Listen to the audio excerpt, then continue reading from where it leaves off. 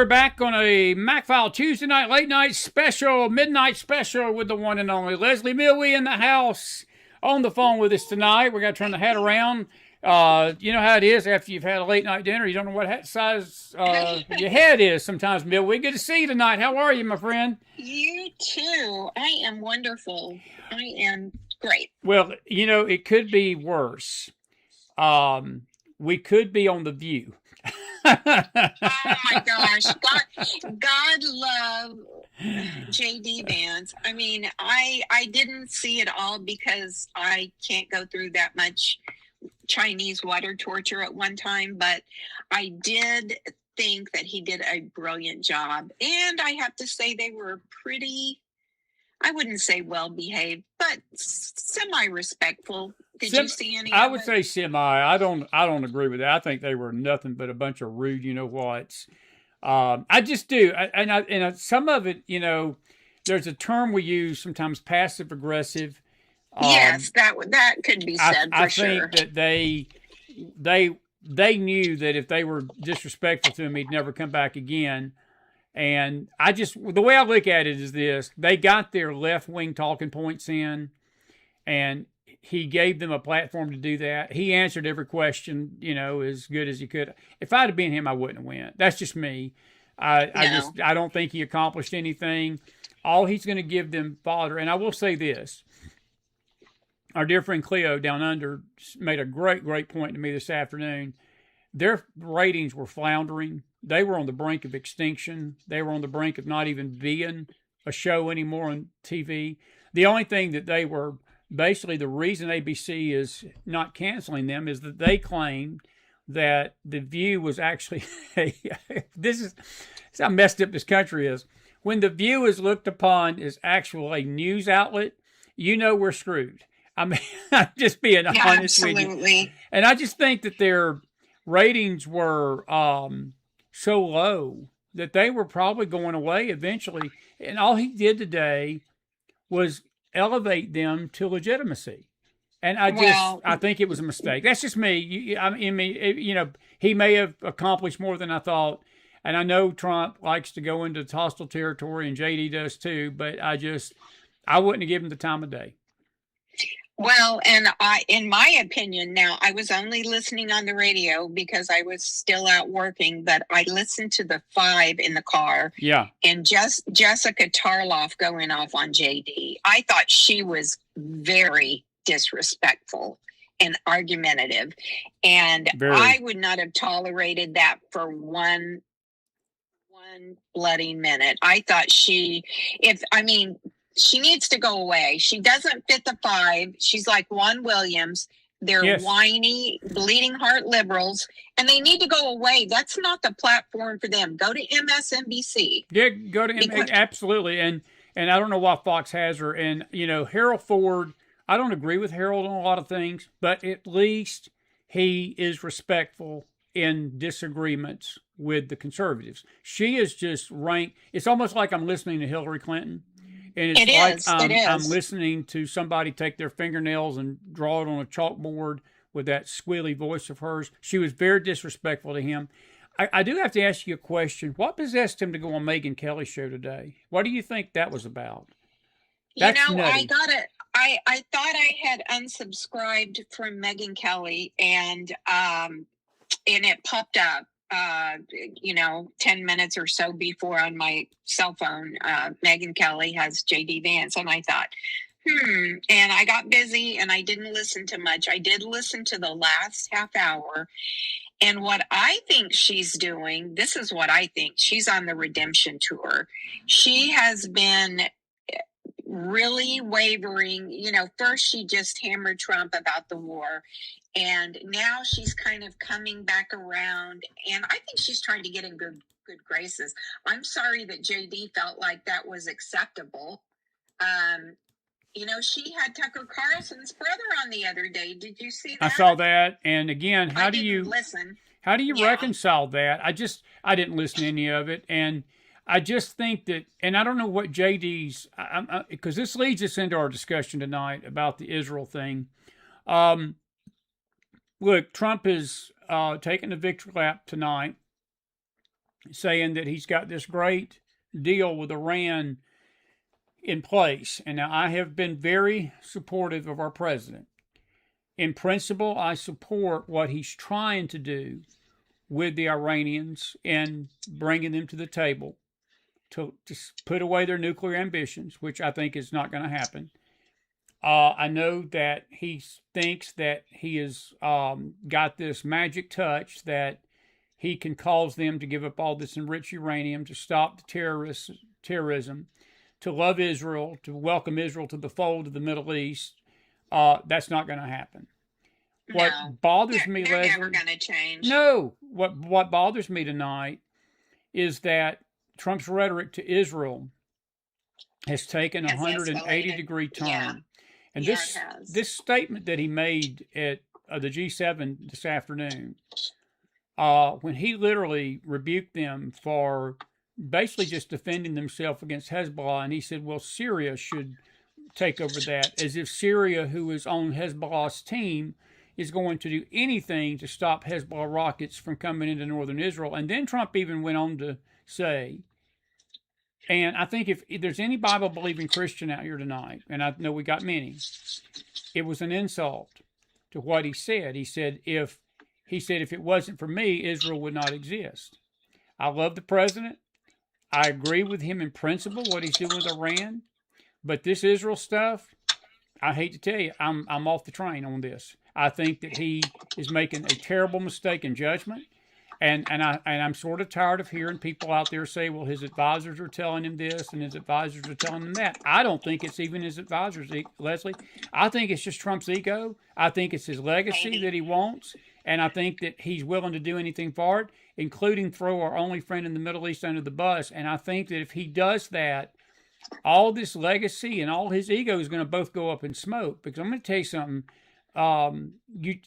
There's a fine line in negotiations, but there's also a fine line in, telling Israel kindly, look, we're trying to work on this, be patient with us, and then when bombs are falling on Israel's cities, rebuke her for defending herself. That's ridiculous.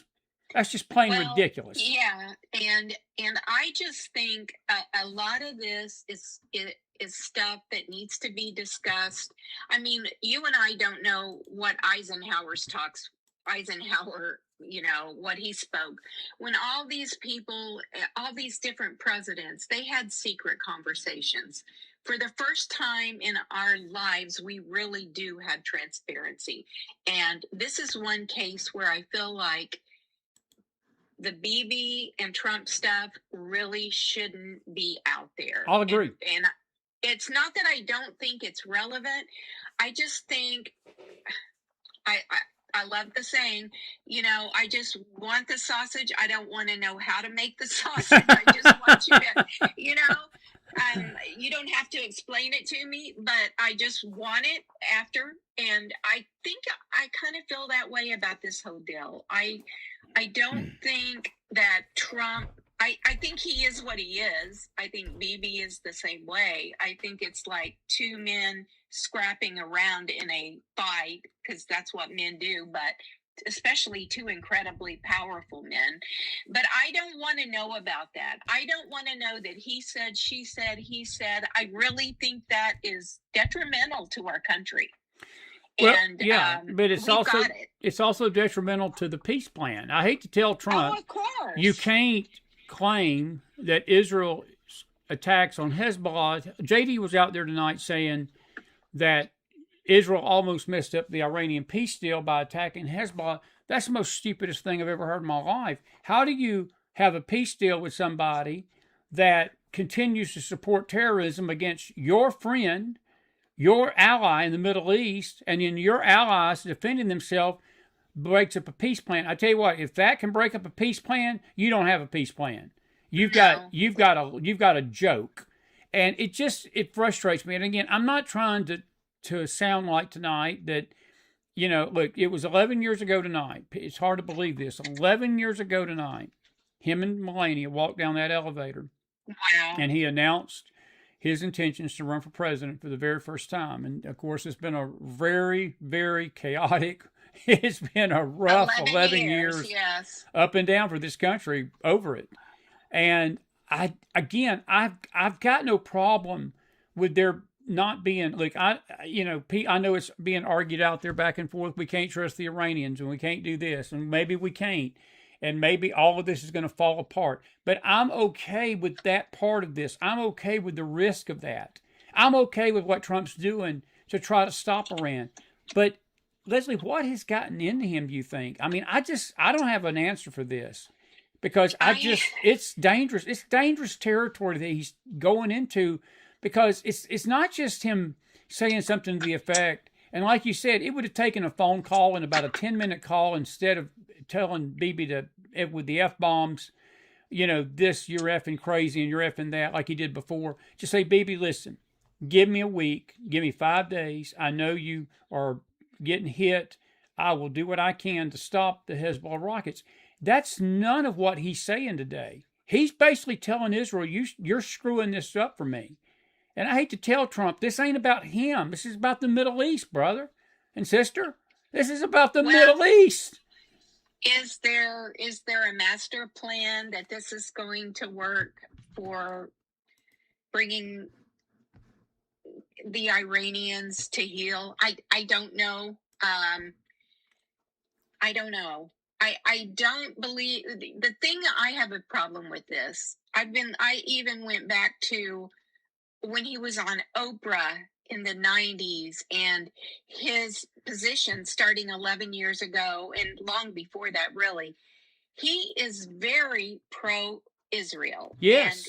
And I don't think any of that's changed. Did he, I don't know, is it a stumble because he feels like he's being disrespected by Bibi? I don't know. It's, again, you've got two scrappy guys going at it, and I don't want to see that. I want results. But yeah, I mean, people like you and I that are huge believers in him, I guess we'll find out. I personally was so sick of hearing we're getting ready to sign the deal. Call me skeptical. I'm still not, until I see it with my own eyeballs and hear what's happening. I'm not going to believe it because we've been told that every day for 2 months. Let me ask you this. Go back to something you said just now. Why would he feel Bibi is disrespecting him by Bibi protecting his own country? I don't understand that. And JD saying what he said today, I don't understand. Look, I will get back to the View and JD in a minute. But again, this goes back to something me and you've been discussing for several weeks now, doing these little shows together. And boy, they've been some good ones. Millwee. I've had some fun. I've had some fun too. And but is it fair to say that JD has never distanced himself from the anti-Semitic woke right with Tucker and Meghan and Candace? And then you've got JD out there basically telling the world today that Israel almost messed this up, as if Israel's done anything but mess it up. Leslie, all they've tried to do is defend themselves. And I'm going to be frank with you. The Lebanese government, it's like Bruce Pearl, the former coach here in Tennessee, and he's also at Auburn. He's retired now. He's Jewish. Great guy. And really hated what happened to him here in Tennessee. I really did. We treated him bad, and he went on to be a great coach elsewhere. But anyway, he said something today that made so much sense. If Canada or Mexico had an element in it, and I'll just liken this to the cartels down in Mexico, if the Mexican government, if the cartels were shooting rockets into southern Texas and the Mexican government couldn't handle it, okay, they couldn't control it, and they call us up and they say, look, we're doing the best we can to stop these people from doing it, but we can't do it. Do you not think the United States would go into Mexico and stop that mess? They would. It is the exact same as apples for apples with Lebanon. The Lebanese government is out there saying that they're going to get rid of the IRGC, but they can't stop Hezbollah from shooting those rockets in because they're powerless to stop them. Israel's the only one that can. And I totally vehemently disagree with Trump tonight that Syria Are you serious? Syria can do a better job of that than Israel? Leslie, Well, Israel, Syria, and Hezbollah, they're on the same team with the same enemy, the Jews. I know. Do you think that's part of the big picture of what's being put into this agreement? I hope not. Do you think that maybe this is part of the big picture, that Trump didn't want this messed up or JD, because they have plans to do it this way? I mean, I'm with you. I don't know that that's the right thing. I think this is going to continue to unfold and we'll know more. I honestly don't know, because when I think Trump does something really crazy, wacky, he makes me feel stupid in a week after I figure out what he was doing. Right. I hope and me that's too. the case. Me too. No, I'll agree with that. Because you know what? JD was never a fan of this war. So I think it's fair to say JD has the mindset he wanted it over quickly. But for him to say that today, that was a pretty powerful statement, which kind of goes against what he stood for. So I'm thinking, what do they know that I don't know, that I'm not connecting? Well, there was a X account, Cleo sent it to me earlier today, that somebody posed that very question, that could we all be being played right now in Trump publicly saying one thing, but secretly, I think me and you even asked ourselves the question last week, could it be that Trump is giving Bibi a wink behind the scenes, even though he's publicly excoriating him, that there maybe are private phone calls to the Israeli government saying, look, I've got to have a face that shows me against you, but blow these terrorists out of the Mediterranean.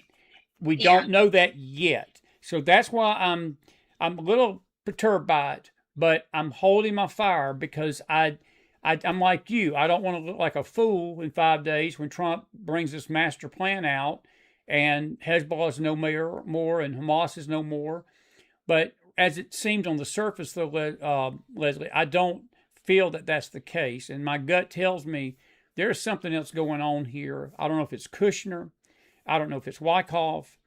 But they've convinced Trump that the Arabs are good business ventures for him and the country. And that's like making a deal with the devil. That is like making a deal with the devil. You are going to get burned in that. And our soul, and this country's soul, is not worth money. I'm sorry. You can't put a price tag on a soul of a nation. And if we're going to sell our only friend down the toilet for a barrel of oil, I've seen this play out before with Clinton and Bush Jr. and other presidents, Obama and Biden. Our economy can tank in about 3 seconds, if we're not careful doing this kind of stuff. That's just my opinion. But I'm like you. I mean, I don't know. Maybe there is some master plan afoot. But I do have to ask you this question. Why is Mike Huckabee, our ambassador over there, why has he been so quiet for 3 weeks? And also, why has Rubio been so quiet for the last few weeks? And Pete Hegseth? You've not heard them come out publicly and say a lot politically about this war and about this agreement, have you? No, I did see where, I don't know if it was on ABC or CBS. I don't know if it was Face the Nation. I can't remember. I thought Hegseth was very evasive, but I chalked that up to the fact that he was on this very antagonistic show that, they were trying to just throw him under the bus. And you know what? Pete is like the two of us. We get really perturbed when people attack us. We don't have the coolness of Rubio, or we're very passionate. Not to say that he's not passionate, but God loves some of these diplomatic skills I see. I don't have them. And, the passion. So Rubio, I don't know. Is there something else? I think if this comes out on Friday, this agreement, maybe we'll know a little bit more. Maybe it is a wink on the side. Blow these terrorists to smithereens and this is what we're going to do publicly, and this is what's really going to happen. Because we have to understand, all these Arab countries, they're kind of following the lead of Trump on so much of this, and we need their support. We really do. I don't trust them, but they want peace in that region too. I'll agree with that. And I'll agree with that. If they don't have peace in that region, their oil is affected. Nobody in that country should ever have to work again with the oil supply they have. But the reality is, we need Qatar. We need the UAE. We need these things and these people behind us. So I'm wondering how much of that is pomp and circumstance that I don't know that it got out 20 years ago. I don't think you could even know during Obama's tenure that all of this was happening behind the scenes. We didn't know about it. It didn't get reported on. Only since Trump has been around have we reported on this kind of thing. So how all this is unfolding, it's a new conundrum for us. We don't know. I 1,000,000% agree. And again, there's this part of me that I'm hoping for the best. I really am believing that, again, maybe there is Trump, because Trump's done this before, and he's made us all look crazy, and we sit back and say, "Wow, Lord, you really worked that out for the best of the country." But there was something in this statement today when he made the statement at the G7. He said Israel would not even exist if it wasn't for me. And Bibi is being very irresponsible. And I thought to myself, I cringed. I did. I felt something come over me, and I was like, ugh. I even sent it to my brother. I sent it to several people. And I said, Trump needs to be very, very, very careful about this arrogance. Because, Leslie, Israel's been here for 4,000 years. Trump's been here for 80. And I hate to tell Trump, Israel is not existing tonight because of him. Israel's existing because of the sovereignty of God. And you know what I see, and I hate to even bring this up, there was a king in Daniel's day, Nebuchadnezzar, the one that Daniel served under, when the Babylonians took, Nebuchadnezzar took the Israelis captive in the Babylonian captivity. And Nebuchadnezzar had somewhat of a similar spirit. He had a God complex. And God struck him down and made him eat grass for almost a year, 2 years. And he humbled Nebuchadnezzar in doing it. I don't want to see that in any way, anything like that happen to President Trump. But when I heard that today, that's all I could think about, was that you do not want to put yourself in an arrogant place, basically thumbing your nose at the God of heaven and saying, hey, Israel's here because of me, God, not you. That's dangerous. I don't care who it is. Well, Trump or any of us would say that. That is the kind of thing that I feel like people that think they understand Christianity say, but they don't understand the big picture. Maybe he's a baby Christian. Is he a Christian? I hope so. I've thought on many occasions when he says things like that, I'm here, Israel is because of me. I just want to go back and go, okay, statehood, 6-Day War. Okay, yeah. I'm thinking, no, that's not the reason. Now, are we in a better situation right now because of that? Yes. I will give them that.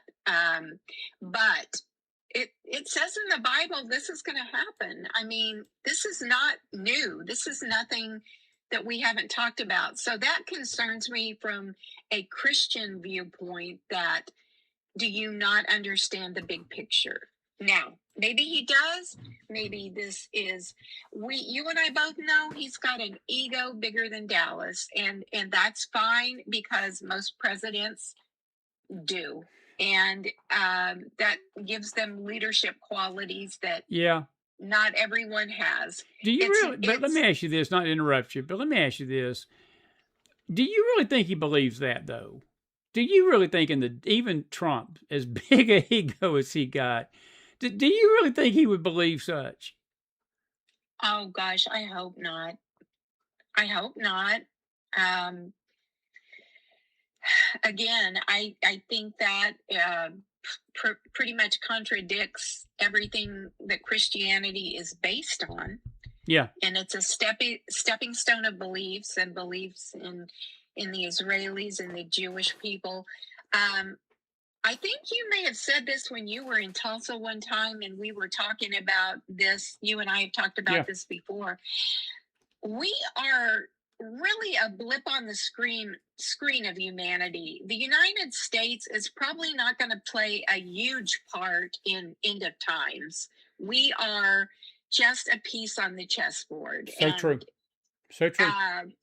I think that as Christians, even, we assume that we are so vital to this world, into the world, and end of times.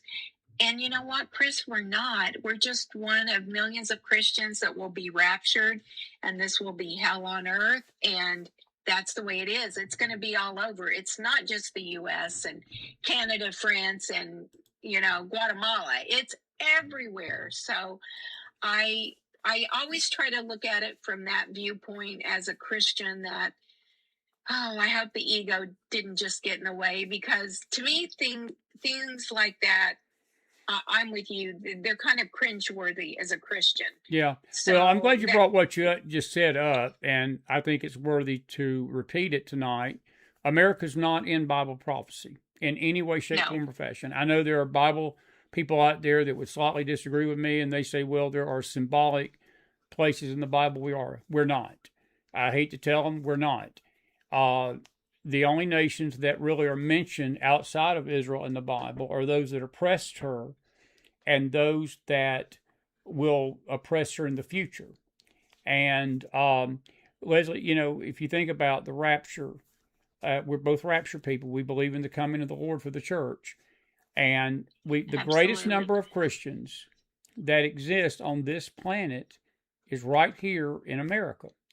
Right. And if the rapture was to occur this moment, all that would be left would be mainly the left and the unbelieving right and the left. People that didn't believe in Jesus, that has a godless worldview, that would bring America under a one world government in a second. It would be basically those without any kind of faith. And I believe that the end result of that is going to be the implosion of our country, to where eventually we will be taken over by a foreign power. My dad, God rest his soul, we talked about this so much through the years, and he had a theory even that he believes this earthquake that is recorded in Revelation 16, where it says every island shall be moved apart, that he believes that, if you look at the United States, Canada, and South America, Central and South America, we're islands. We're one big island. Yeah. And he believes that we're going to be destroyed with a natural disaster at some point. But regardless of how it plays out, at the end of the day, at the end of the Great Tribulation period, the one nation that is mentioned that's going to be here on this earth is Israel. Right. Israel. Right. And actually, some of these Arab nations are going to be. Look, Persia is going to be with the Antichrist at the end of the Great Tribulation, and that should tell people that Persia's not going anywhere. Iran's not going anywhere. So it don't matter what we do, Iran's not going nowhere. But there's no promise of America like that. So you're hitting on something that it's worth saying tonight. And if that's the case, and then Israel is going to be there, would it be fair to say that our handling of Israel may determine how long we do exist? I would say yes to that. Of course. Yes, absolutely. And what a startling thing to think about, what you just said. When we're raptured, if it's during our lifetime, we know we'll be raptured at some point, whether we're dead or alive. But I will go to meet Jesus, is what I mean with that. But exactly. I think when you have a world of fruitcakes like we have on the left right now, the socialists, the communists, the Mandamis, all of these people, these are wackos. I was listening to that Seattle mayor, wacko, the new DC mayor that looks like she's going to win. Wacko.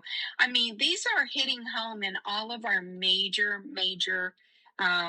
cities, in our largest cities in the United States. That is the beginning of the end when you start taking over these huge metropolitan areas. It gives me goosebumps. Then you take all the Christians out of that, just in a sec, in a heartbeat. Think about what a horribly evil world this is going to be. And then throw in natural disasters, food shortages. I mean, can you imagine how it's just going to be? We're all going to be tracked digitally. And can you imagine the hell that these people are going to go through? I mean, it blows me away as I see all the technology and the AI pieces start making sense more, because I don't know about you, but 50 years ago when I'm a teenager and I'm talking about the mark of the beast, we just think of it as a tattoo on our wrist or on our forehead. Think about how easy it would be to implant those things. Use your credit card, just swipe your left finger, I mean, think of the technology that we possess this day, not in 10 years, that will implement the beginning of the tribulation. That's very true. No, that's so well said. That is so well said. And, again, we don't have a timetable on it, but it is close. I do believe it's sooner than later. But I just look at this prophetically with America tonight. And while I'm on this subject of Israel, do you think that there has been a who do you think ultimately has been behind this anti-woke right and this anti-Semitism? That's what shocked me today a little bit with Vance going on Meghan Kelly's program, because she has been part of this. She's been part of this anti-Israel cry. Candace has, Tucker has, the Hodge twins, Matt Gaetz, all of them. Thomas Massey. I think she's trying to redeem herself. I really do. I think he and Meghan have probably been friends. I'm going to say 10 years because that's when most of this started with his book. And I think she had some knowledge of him as a normal, and then he gets elected, to the Senate. So I'm thinking, is she trying to redeem herself? I personally think Tucker Carlson is gone. He is so absolutely that crazy, right, that I cannot imagine him ever redeeming himself. The same with Candace, same with the Hodge twins. I mean, there are bunches out there. Meghan, I think she's been teetering on that brink. And, if she's not talking about how bad Israel is or whatever, she sounds almost normal. And so I'm thinking, are they using this platform, her platform, to normalize her again? Or because she's lost a lot of followers, a lot. Yeah. But when you say they, you're getting to my question. Who is they? Is there who is on the right financing this stuff? Because these people have got that's what the common wisdom is out there, that these people that are doing this, the Candaces, the Megans, the Tuckers, have been bought off, and there's some big money that has been put behind these platforms over the last 6 to 8 months, almost a year. And buddy, I tell you what, it does make you wonder. Somebody's not just bought these people and bought their souls. Oh my gosh. As a poor person, I can't imagine that. And I would Me too. I would probably never be faced with that. But to me, that sounds so outrageous. I mean, let's look at Tucker and Meghan 10 years ago, or even 5 years ago. They're both very wealthy. Tucker probably more than Meghan, but now she has her own channel. She has her own podcast. She really has hit her stride the last 5 years. So I don't know. I thought I knew her better than that, but I thought I knew Tucker too. And I think Tucker is just, I think he and Candace, I never had the same trust in Candace that I had in either of them. I just didn't feel like she was as knowledgeable. Maybe it was youth, but I didn't feel that way about Charlie. I felt like Charlie always had the hand of God on him, which made him special and different and wise. Yeah. And so I don't know. Can someone be bought off? Yeah. And if you've already got $20 million, why do you care if you have 20 more? That's a great point. That's a great question. No, that's a great question. And I don't think they have the answer for that. I do want to sort of not change subjects. It's sort of related to this a little bit, but in ways it's not. What did you make of this plot over the weekend at the UFC fight? These 5 nuts that they found out were, and we're going to get to the election results here tonight, folks. Bear with us. We got some election news to share with you. Trump's winning again tonight on the ballot. Most of his candidates are winning. But what did you think about this plot this weekend to drop these drones on the White House and that event? Would you consider that another assassination attempt? I do. They're trying to kill him again. I do too. And someone, I was flipping around, I don't even know if it was, I think it was ABC News. They were saying, well, it was in its infancy and it was thwarted and blah, blah, blah. And I thought, ridiculous. You cannot call a spade, can you? Nope. It would just not be able to come out of your lips. This was a plot to take and once again kill the president. It is nothing more or less. I'm so sick of the excuses that the mainstream media makes for these evil, horrible, demonic people that want to destroy our country. So as long as you have people in the media like that continue to support the evil and don't call it out, that's the downfall of our country. Thank God we have more outlets now than we've ever had as far as a conservative voice or a Christian voice. But I don't know. I'm even getting a little frustrated at the Charlie Kirk trial. I want that to be faster. I want more results. Totally agree. Want more info. Totally and I want to know everything about Butler. The big fight now is between Dan Bongino and Tucker. Tucker blatantly lied about text messages and said that Donald Trump had told Dan Bongino who had told Tucker that, he was shutting this down.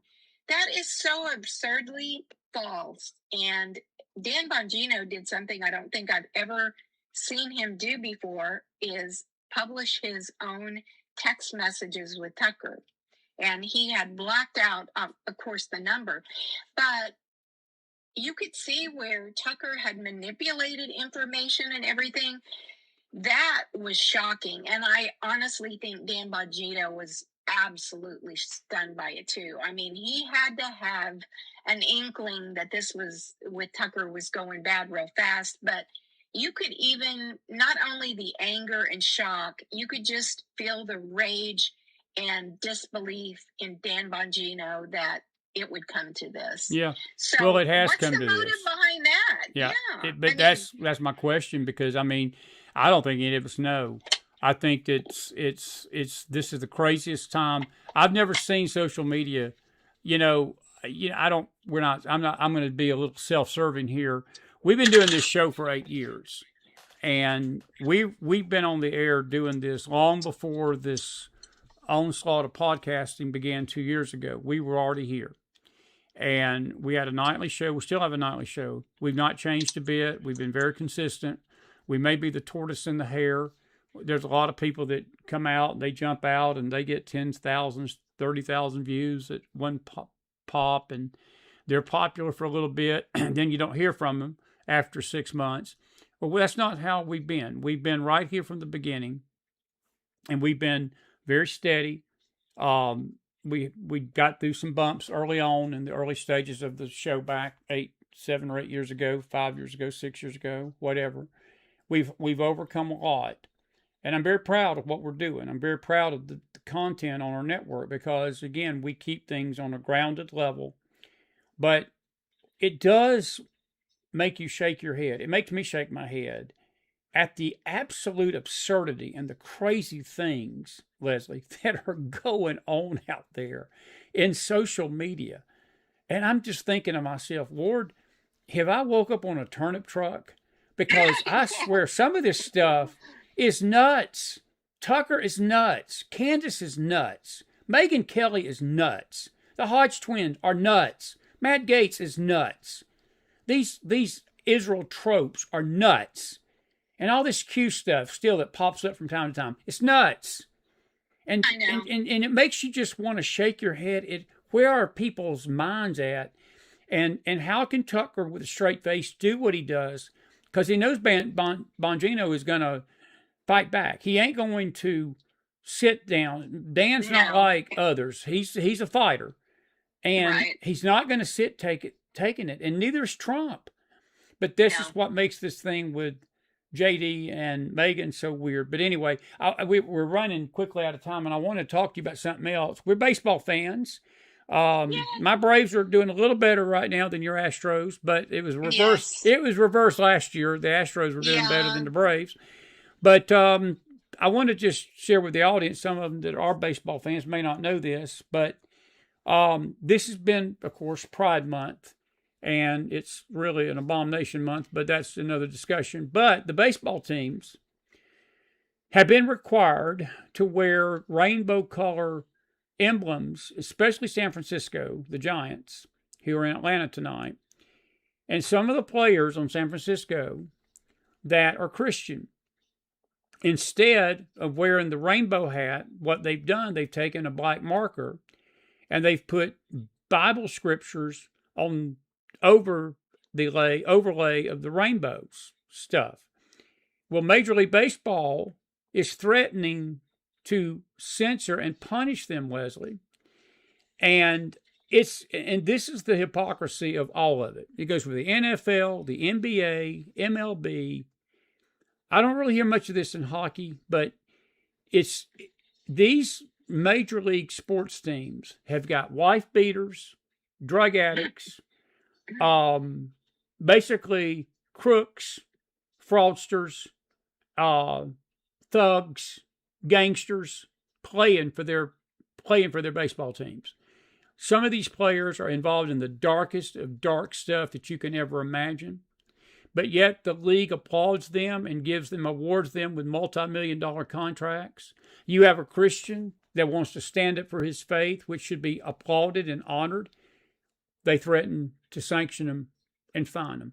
Let me tell you something. This ticks me off with these teams. And I know that people say, well, boycott them. And I agree with that to a degree.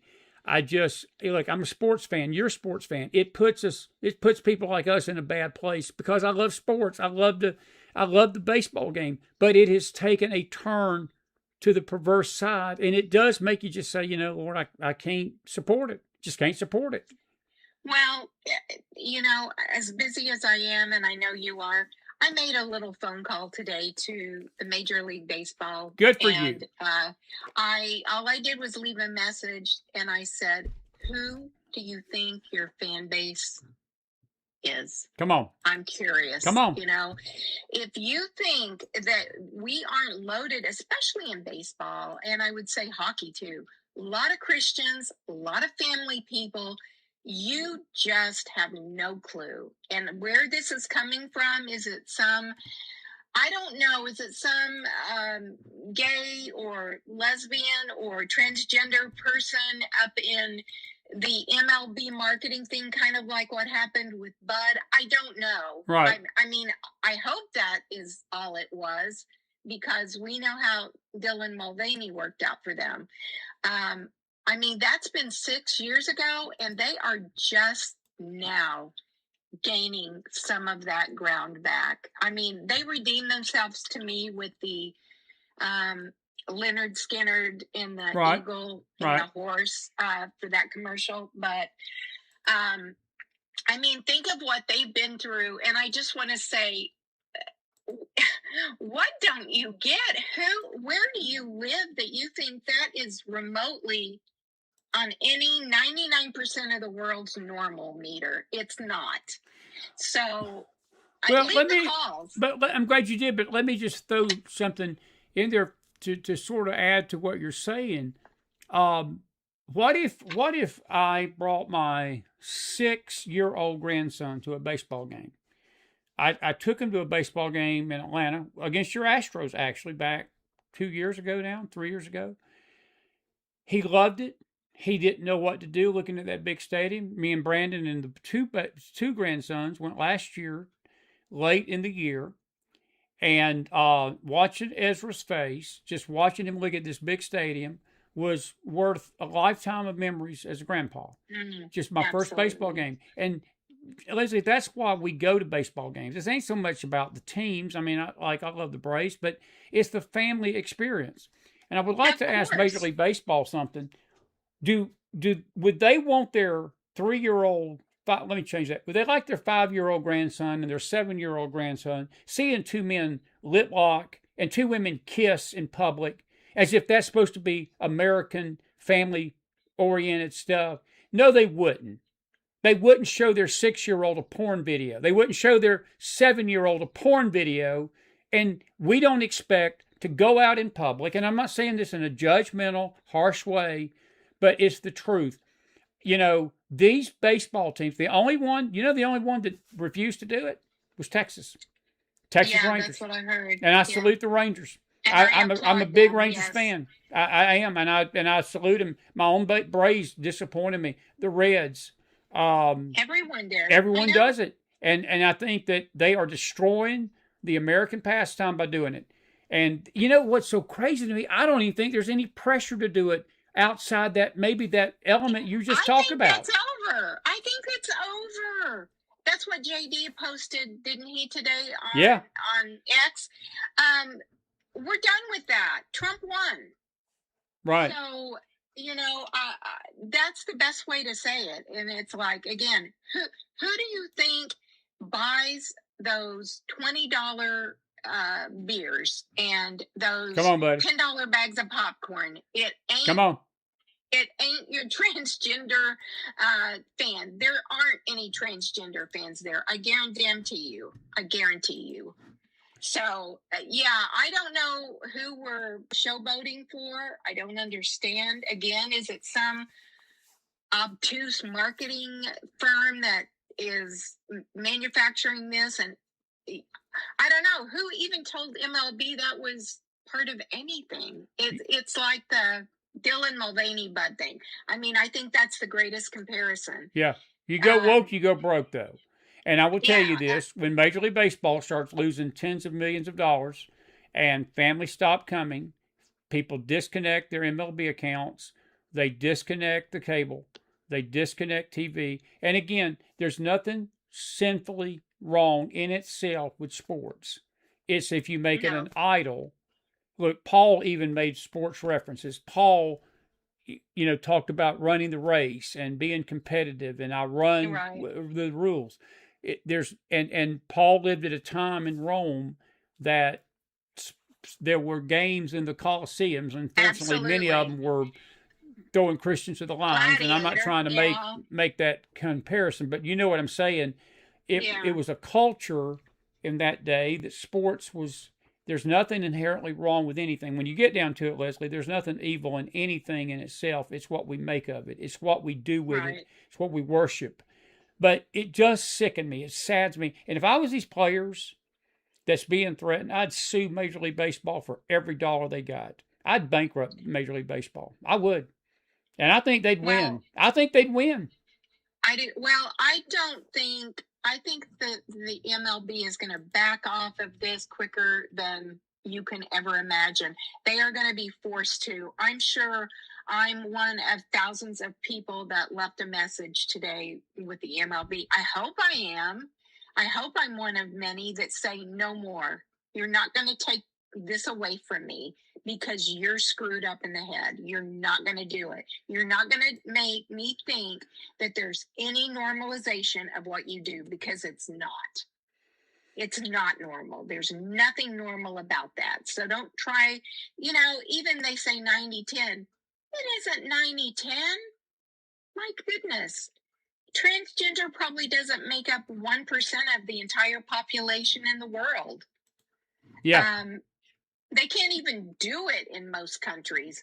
We give them the ability to chop their body up and get medical care by doing it. Isn't that sad? That's really sad. And we'll pay for things like that. Our country will pay under the watchful eye of God for all of that kind of behavior. And I just want to shake my head and say, who in their right mind thinks it's okay to cut off? I was listening to Elliot Page or Ellen Page, whoever. Yeah, Ellen Page. I know you're talking about. Yeah. How she says she's a normal masculine man, and I thought, good Lord, I feel for you. I just had this immediate rush. She's about 35, and I thought, I feel so sad for you in a mothering way that you think that this is remotely a good life or normal. And they cut your breasts off. I don't know what they did, whatever. I know that for a fact. That happened. It's terrible. Quite a few years ago. It's terrible. And we allow this to happen to 14, 15, 16-year-old kids. We do. And it can never, ever be reversed. You will be a freak the rest of your life for a bad decision your parents let you make, or your teacher, or some doctor that should be in prison. They decided your life. Totally agree, buddy. I totally agree. Listen, we've already gone an hour. I'm going to let you go here in a minute, but I do want to ask you a quick question. What's your thoughts? And next we'll get you on. We may get you on later this week again, but our next discussion, I want to talk to you about the difference between the UFC scenery and how Trump's renovating D.C. as compared to what Biden did with the White House. But I do want to ask you about Gavin Newsom real quick. There's a report out tonight. The DOJ has opened an investigation on him and his wife, and he is running like a scalded cat. Do you think that's a bluff? Do you think they're just seeing it to see if he'll give up the goods, or do you think this is going to have legs and wheels and go somewhere? Maybe it's a scare tactic to get him out of the race. At this point, I think he's a strong contender. Do I think he's committed a lot of illegal things? Absolutely. I think his wife may be just as shady as he is. Oh, she's more shady. Creepy. She is creepy. She's creepy. And, she's creepy. I watch her talk, and the fakeness and the pompous attitude. I mean, they both possess that. I thought, what must it be like to be in their bathroom brushing your teeth at night? How can you guys one up each other on how great you are? I would love to see that. I would love to be a fly on the wall and see how you guys interact with each other, because they're both just abominable people. I mean, they really are. But, we didn't elect Biden. I think that election was stolen, but he was installed like a toilet. Let's just say it like that. He was. Yes. Yeah. That's a good way to look at it. Absolutely. And praise God that this country woke up. I feel like, I think Trump still got to work, a lot of work to do. I think we're on the deadline of making things better. I think he's got to bring that inflation rate down. I think gas is down to almost $3 here. Yeah, it fell the last 2 days. A lot here. We went down. It even fell today. I left Alabama this morning. It was I got it for $3.31, but it was at a Walmart convenience store that's always cheaper. But the average gas in Alabama this morning was around $3.60. And my wife called me tonight and told me that by the time she got off work today, it had already dropped to $3.40. So that's a 20-cent drop per gallon just in a matter of less than 12 hours. So something's happening in the gas markets. And I think that is a sign that the world at least believes, and America believes, the stock markets believe, that this thing with Iran settled. And there's not going to be any conflict. I hope they're right. I do. I do too. But I think that's going to be huge. Buddy, listen, I'm going to let you go. Hang loose this week because I may have to call you back, if the world goes crazy. And thank you for being with me tonight, as always. And we're going to have I'm trying to get our shows that we've been doing converted to MP3. It takes a little bit of time, but we're going to have us up on Spotify and iTunes and Apple. And we're going to have a great kickoff to that this summer, and I'm looking forward to that with you. And so good to talk to you tonight. Me too. God bless you, friend. You too. Bye-bye. Have a good night, sweetie. Bless you. Leslie Millwee, everybody, put some fire in that house. It is midnight here in the East.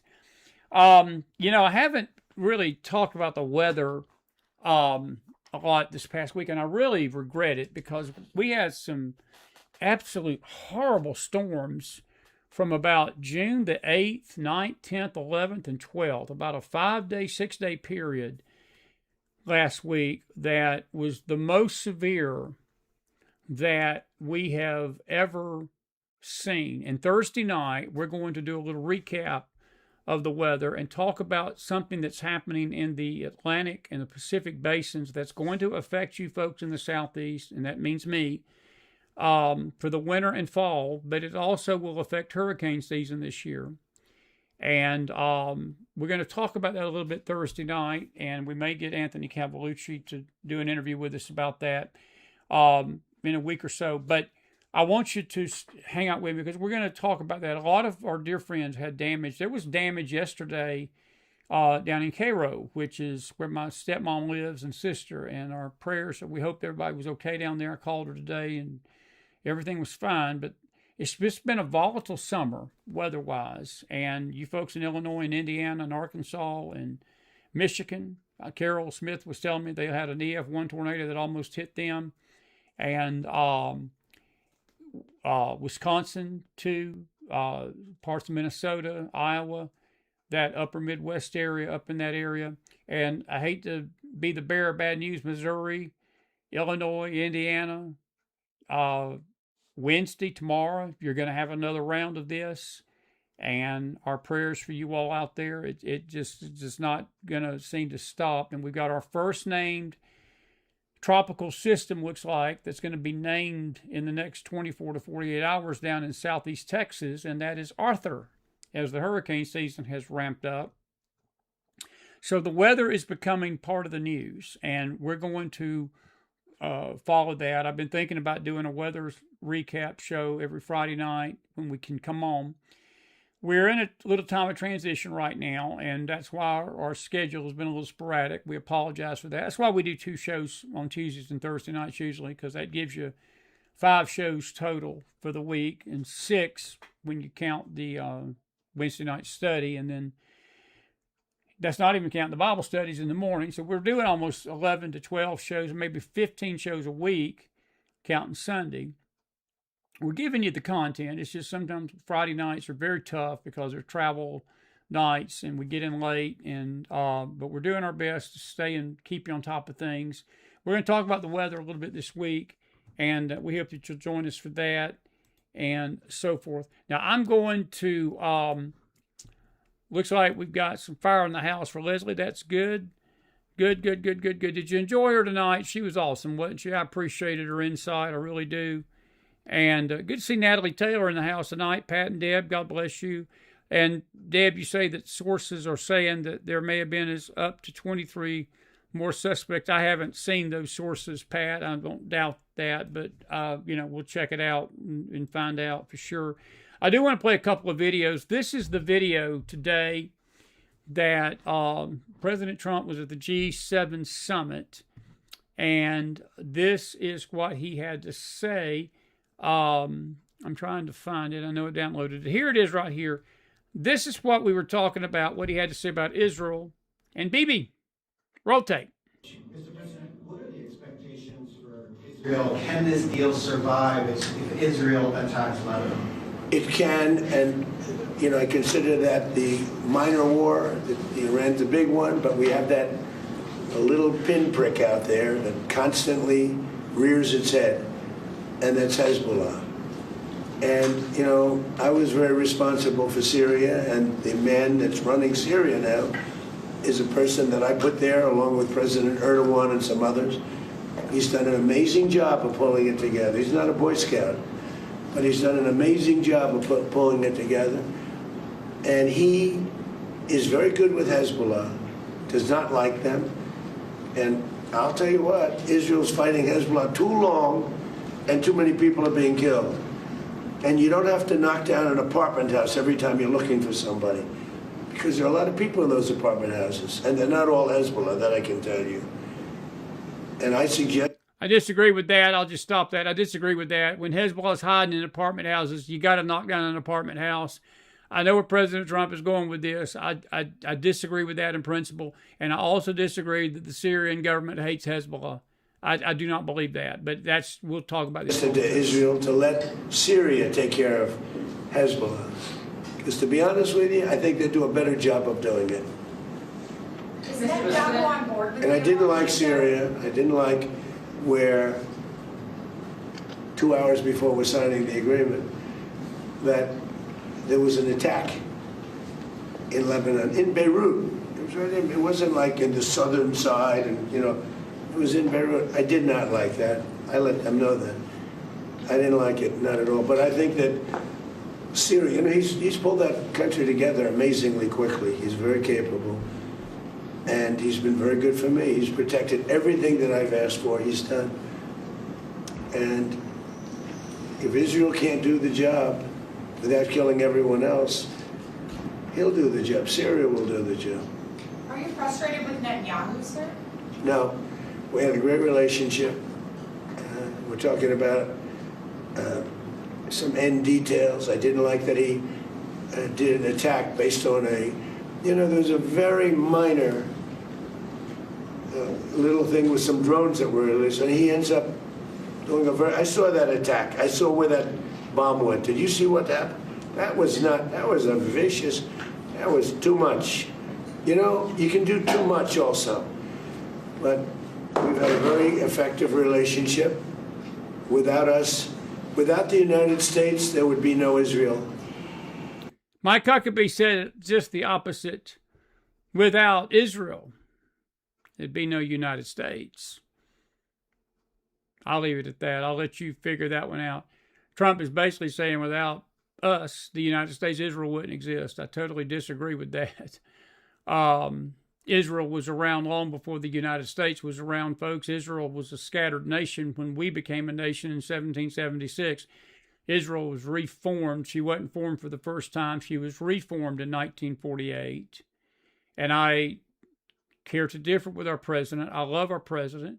And, listening to this word for word instead of listening to it through the X accounts out there, Trump is trying to be a little gracious. But again, you can't have it both ways. You can't say in one breath that Syria is getting the job done, and then Hezbollah is bombing the you-know-what out of Israel, but we're going to complain about how Israel fights it. That's the same mentality that the world has had for October the 7th. They've called everything that Israel's done to respond to October the 7th, which really has never held anybody to account as genocide when it's not been. And if a terrorist, folks, gets in a apartment complex and they embed themselves in hospitals, they embed themselves in schools, they embed themselves in public facilities, and you have to go in there and get them, and then they hide behind human shields, what are you supposed to do? What are you supposed to do? I would ask President Trump that tonight. I'd ask any leader of this world that. Israel is in a no-win. It doesn't matter what Israel does. Everything she ever does is always looked upon negatively in this world. It's prophetic. It's what the Bible said is going to happen in these end days, that the world's going to turn against her. Everybody will turn against her.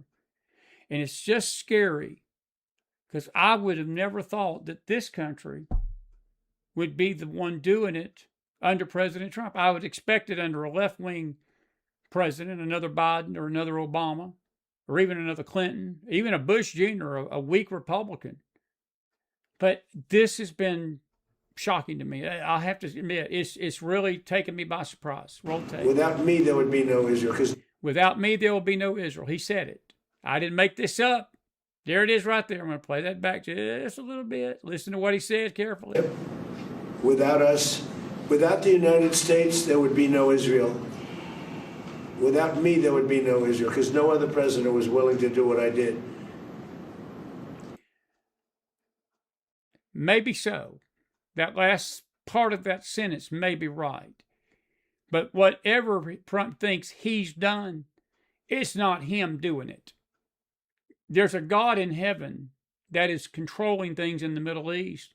And whether Trump realizes it or not, he is just he's just a piece on a chessboard. And Q is not the chess player. And Donald Trump is not the chess player.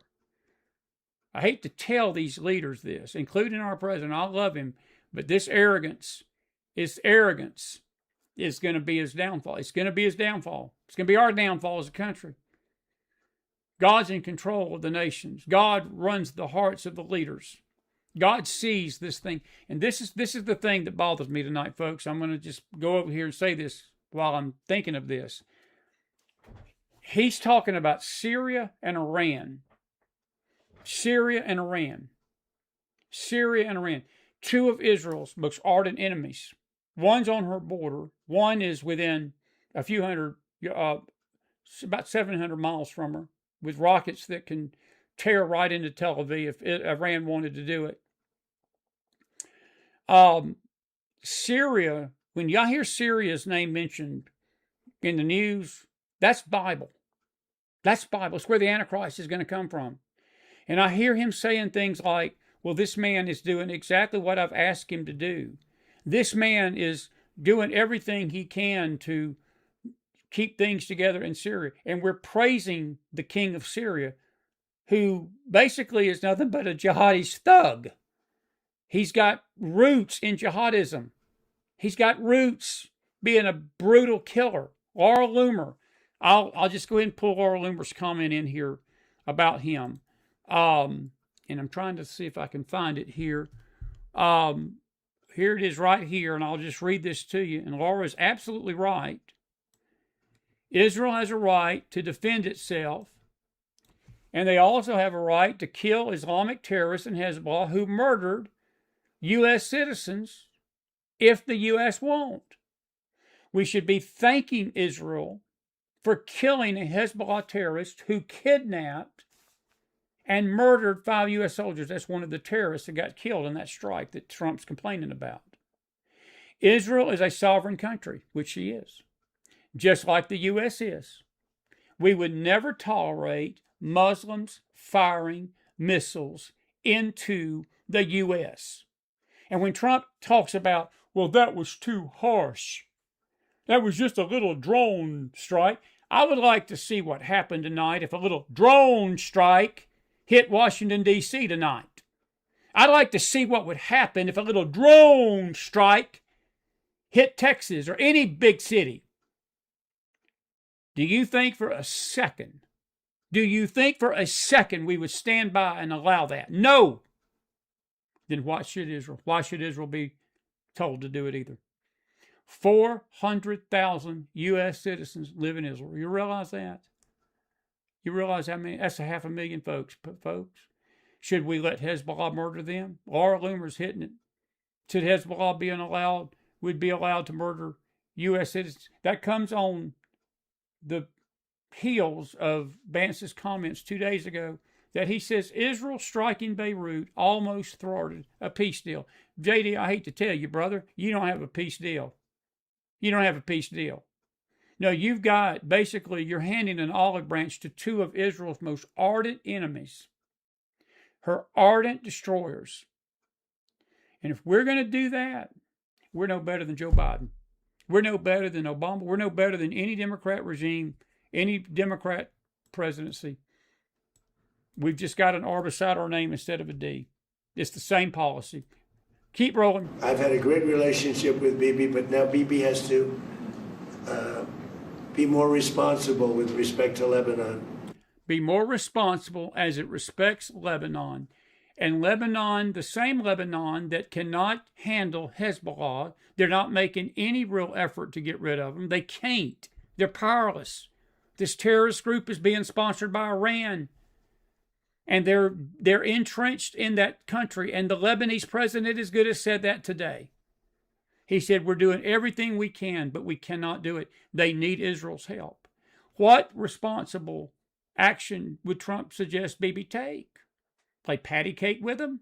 Patty cake bakers, man, and we'll see if you get out of Lebanon, man. Lebanon used to be a great country. It was a country where you had professors, doctors, lawyers. The great intellect was in Lebanon. Now it's terrible. I would say of all countries, they've been treated the worst. And they can't defend themselves. And they have Hezbollah, which is a problem for them. So, no, I'm not happy with the way Israel has handled themselves with Lebanon and with Hezbollah.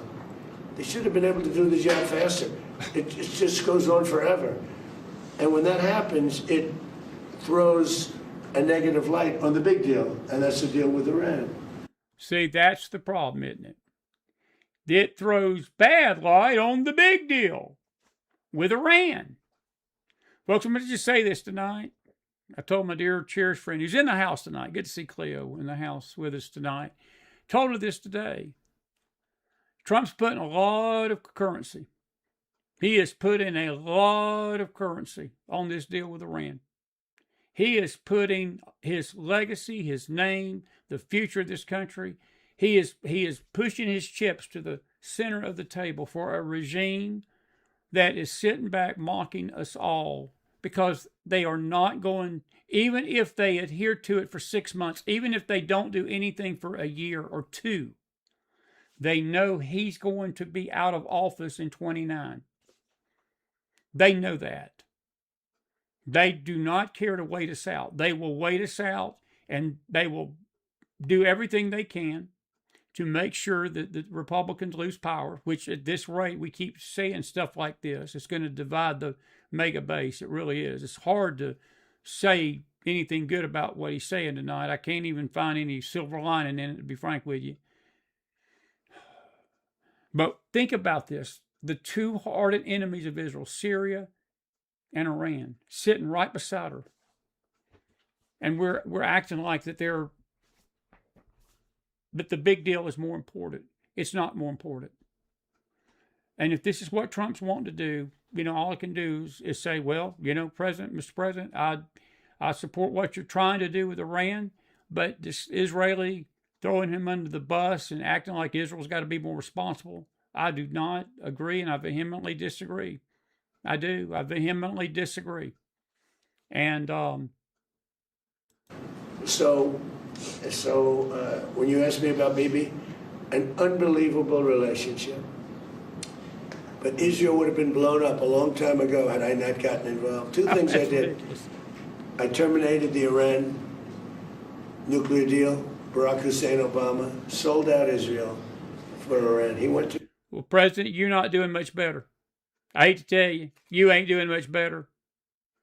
I mean, you may think that Barack Obama sold out Israel, but what are you doing? What are you doing? And see, folks, let me say this, and there's only about 10 more seconds of this, and I'm not going to play the rest of it. It's just basically him talking about the G7 a little bit.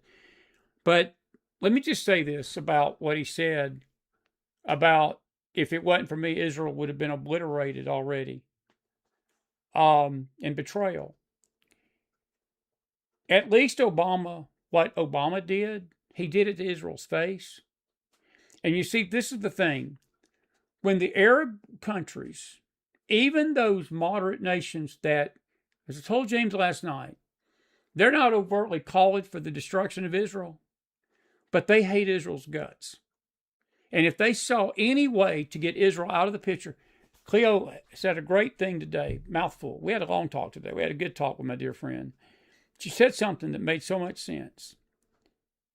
See, Trump is basically saying the same thing the Arabs are saying.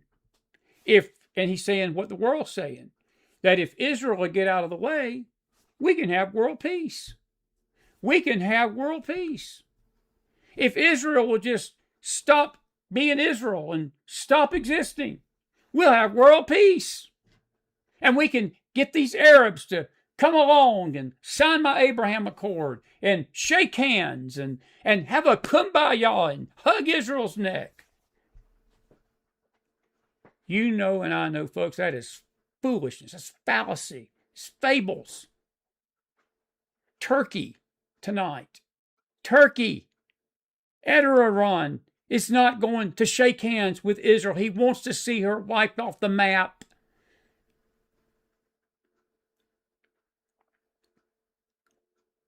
But we're supposed to believe that Trump single-handedly has kept Israel safe. I hate to tell you, Mr. President, you're putting the wrong person in the place that's kept Israel safe all these years. No, Israel's not been obliterated, not because of you, sir, but because of the God of heaven, who is called the God of Abraham, Isaac, and Jacob, whose surname is Israel. He's called the God of Israel almost close to 1,000 times in the Bible. When I hear this arrogance, folks, it bothers me. It bothers me. I love President Trump, but it bothers me. It bothers me, bothers me. It should bother you. It should bother you. It should bother you.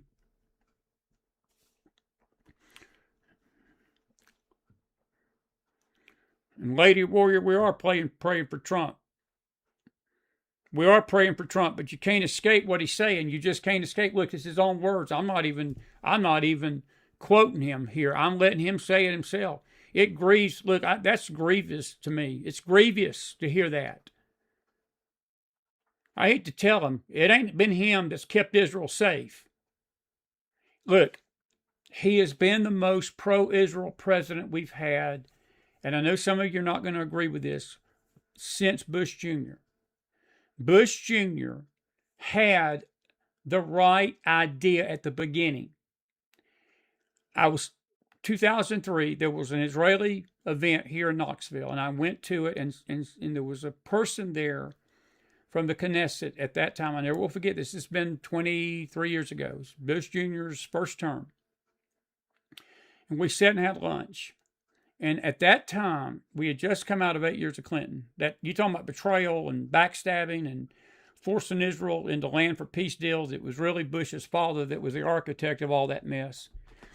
Well, Bush, at the beginning at least, saw the futility of all that. He saw the Palestinians and how they acted after 9/11. By the way, do I need to remind people that these same Iranians and these same Palestinians were screaming in the streets, applauding the terrorist bombings and the jets that flew into the Trade Center and the Pentagon?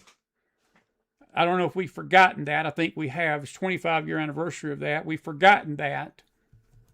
But this gentleman from the Knesset, he told me, he said, Chris, he said, I've been in Israel a long time. He said, I've served in the Knesset for nearly 30 years or 20 years, however long it's a long term. He said, we have seen presidents come and go. But as of 2003, this was way back, he said Bush Jr. has been at least the only one that has at least tried. He said, we do not agree with the Palestinian state. And this was when the Palestinian state idea was being floated out there and pushed. And Bush finally saw that the Palestinians really were not interested in peace. And he basically told a boss, he said, no more. Told Arafat, no more. America's not going to back your play. And that's what led to Arafat's demise and a boss taking over the Palestinian Authority. And then ultimately, the Palestinian Authority gave their power to Hamas in Gaza. So when we, as the United States, get behind Israel, it's never been full support. It's always been the same thing that the Bush Jr. team did. The same thing Trump's doing tonight. He says he can say all he wants to, well, we support Israel. You can't support Israel and allow her enemies freedom to destroy her. You can't do it. Hate to tell you, it's just words. Just words. And again, these are my opinions. These are my opinions. But I think they're rooted in biblical truth. They're rooted in biblical truth tonight. I feel it like a blanket. I feel it like a blanket. Now, what God is doing in this, I can't fully tell you that right now because timing is everything on these things. This could be for a season. This could be to teach us a lesson. This could be God's way of showing the world that when he takes his hand off of a nation this is what we get ourselves into. This is what we get ourselves into. I don't know. I can't, I'm not even going to try to predict that. But I will tell you this, folks. I do not believe that God is pleased with this rhetoric. I don't believe he's pleased with what we're doing right now with our friend in the Middle East. It's not even a political issue to me. This is a spiritual issue. Huckabee today basically said just the opposite. He told a group of Israelis, if you see Mike Huckabee lose his job in the next week, you'll remember this statement tonight on the McFiles. He basically told his Jewish friends, he said, the United States is the one that wouldn't be here if it wasn't for Israel. And that sort of conflicted what his boss said tonight. But anyway, I think what I'm going to do, I got too many videos to play, and I'm going to give you a chance to speak out on this. What's your thoughts on this tonight? 10 minutes. 10 minutes. 10 minutes.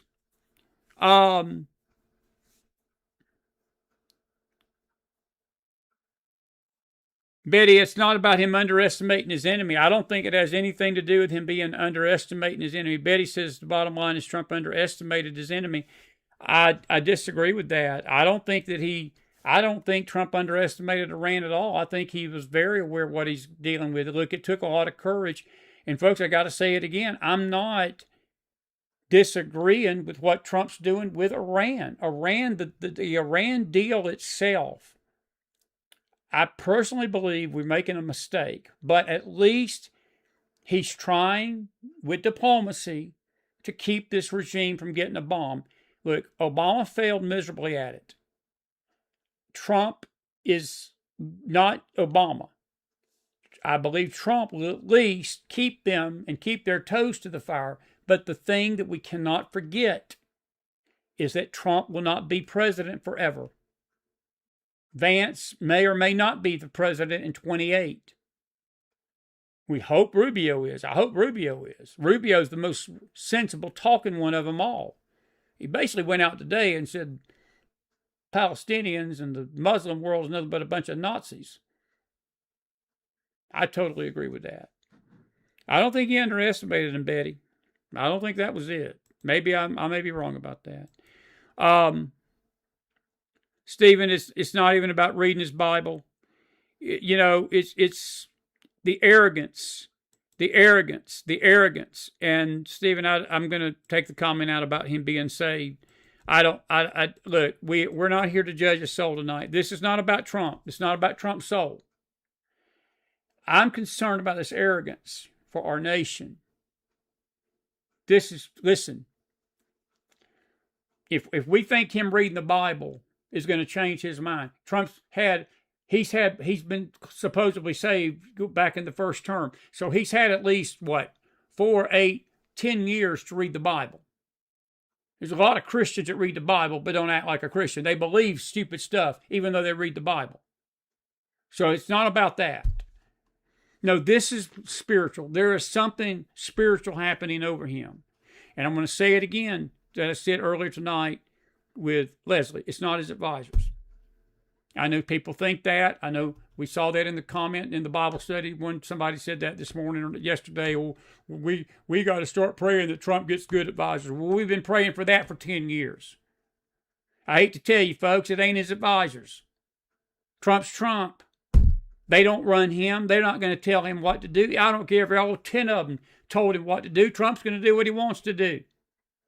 But we got to have an out. We got to have a scapegoat. We got to have a devil to find. Maybe, perhaps, it's not so much about his advisors. Maybe it's the Lord orchestrating these things and orchestrating these events. And perhaps Trump is playing into the hands of a malevolent force called the mystery of iniquity that is setting the world stage up for the advent of the Antichrist.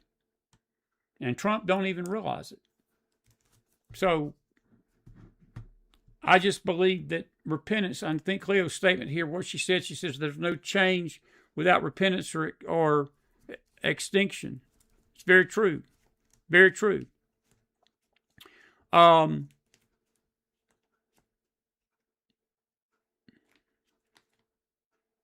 Tia, your statement is, I think, fair.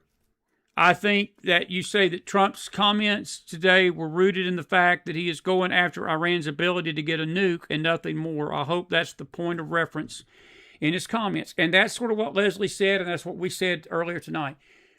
Trump has a way sometimes of speaking off the cuff, and then when we see the final product, then we all sit back and say, well, we sort of overreacted to what he said.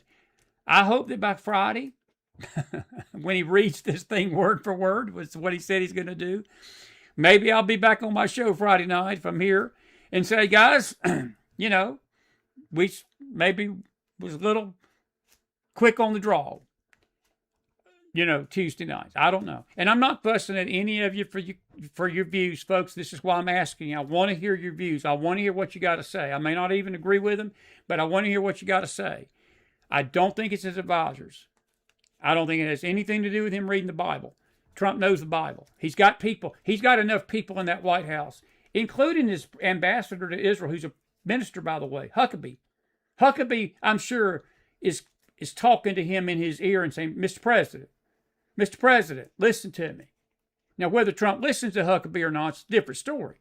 Whether Trump listens to Rubio is a different story. Well, my point is, as I'm trying to get across to you, the Arabs and Iran want to see the distance. They want to see distance between America and Israel, and they're seeing it. That sets a dangerous precedent for what's happening right now. Because if Iran feels like that we're not totally behind Israel and what they're doing, they can manipulate us till Jesus comes and tell us what to do. And when I heard him say, this throws shade on the bigger plan. Well, what bigger plan? What bigger plan? There ain't no bigger plan than Israel's safety, is there?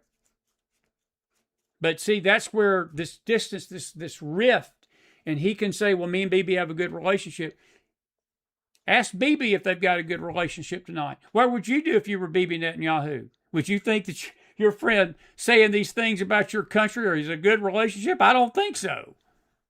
I don't think so. Anyway, Cleo says it is his point of reference, but he misled millions of suffering Iranian people, and the people of Israel looks like that anyway. Absolutely. I'll agree. Totally. Let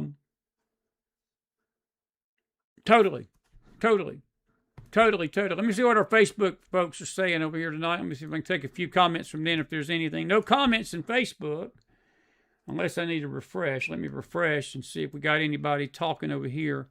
Nope, no comments. Pat and Deb was the only one, so I'll stay on YouTube here. We're about to wrap this up.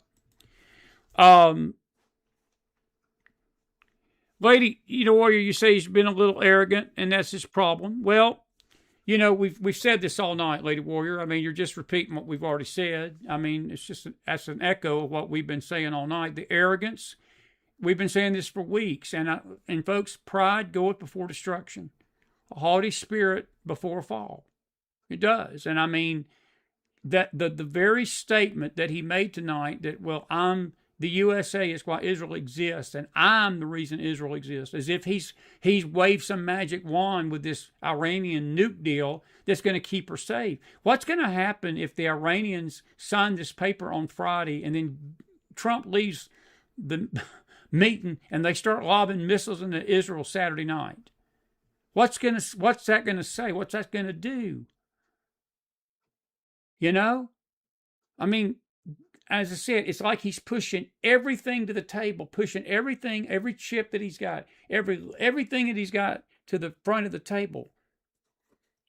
And again, I'm not saying, I need to say this. I hate to sound like a Monday morning quarterback, because I know when I'm talking like this, it inevitably sounds like that.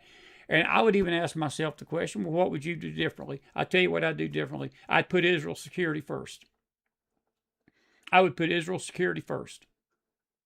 I would put our security first, the United States, but I would put Israel's security first and that Iran deal second.